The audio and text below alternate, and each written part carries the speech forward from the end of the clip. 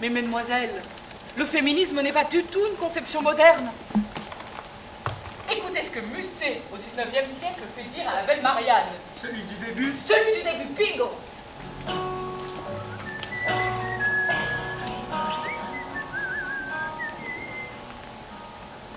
Belle Marianne, vous dormirez tranquillement. Le cœur de Célio est à une autre et ce n'est plus sous vos fenêtres qu'il donnera ses sérénades. Quel dommage!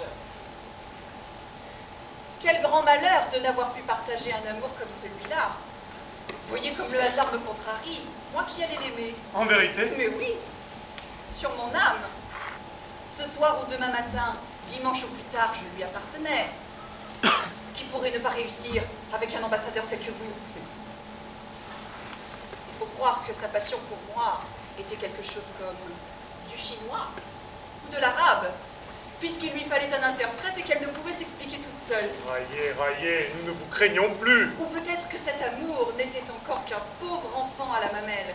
Et vous, comme une sage nourrice, en le menant à la lisière, vous l'aurez laissé tomber la tête la première en le promenant par la ville.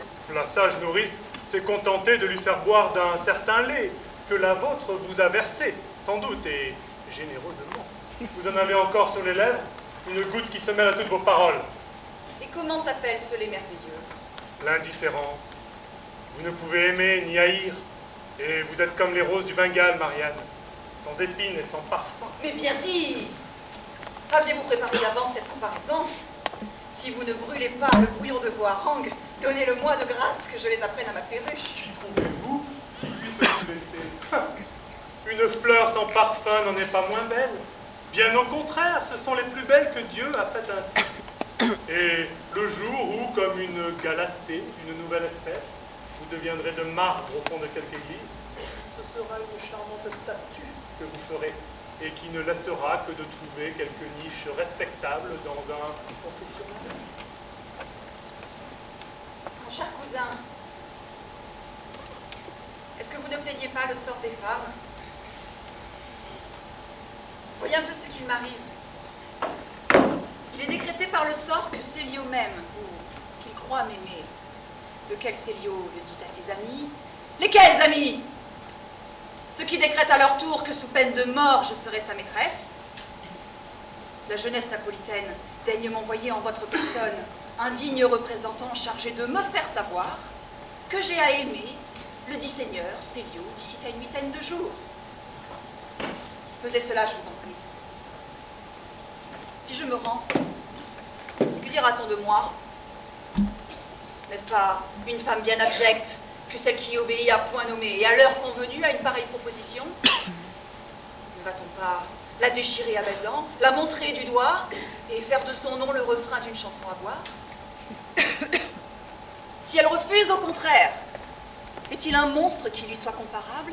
Est-il une statue plus froide qu'elle? Et l'homme qui lui parle, qui ose l'arrêter en place publique, son livre de messe à la main, n'a-t-il pas le droit de lui dire « Vous êtes une rose du Bengale sans épines et sans parfum » Cousine, ne vous fâchez pas. Mais n'est-ce pas une chose bien ridicule que l'honnêteté et la foi jurée que l'éducation d'une fille, la fierté d'un cœur qui s'est figuré qu'il vaut quelque chose, et qu'avant de jeter au vent la poussière de sa fleur chérie, il faut que le calice en soit baigné de larmes, épanoui par quelques rayons de soleil entr'ouverts par une main délicate?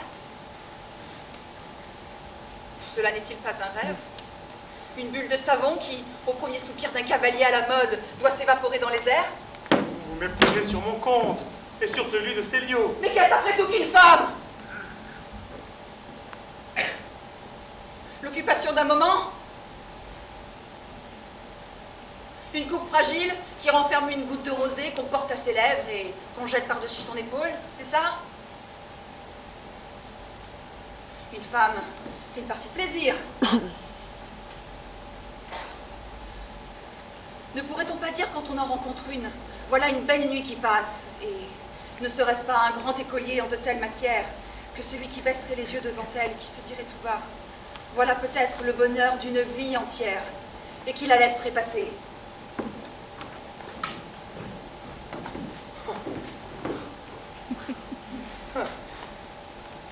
Quand vous serez bien vieille, le soir, à la chandelle, assise auprès du feu, dévidant et filant, dirai, chantant mes vers, en vous émerveillant, Ronsard me célébrait du temps que j'étais belle. Lors, vous l'aurez servante, oyant telle nouvelle, déjà sous le labeur, à demi sommeillant, qui, au bruit de Ronsard, le saille réveillant, bénissant votre nom de louange immortelle. Je serai sous la terre et, fantôme sans eau, par les ombres myrteux, je prendrai mon repos. Vous serez au foyer une vieille accroupie, regrettant mon amour et votre fier dédain. Vivez, si m'en croyez, n'attendez à demain, cueillez dès aujourd'hui les roses de la vie.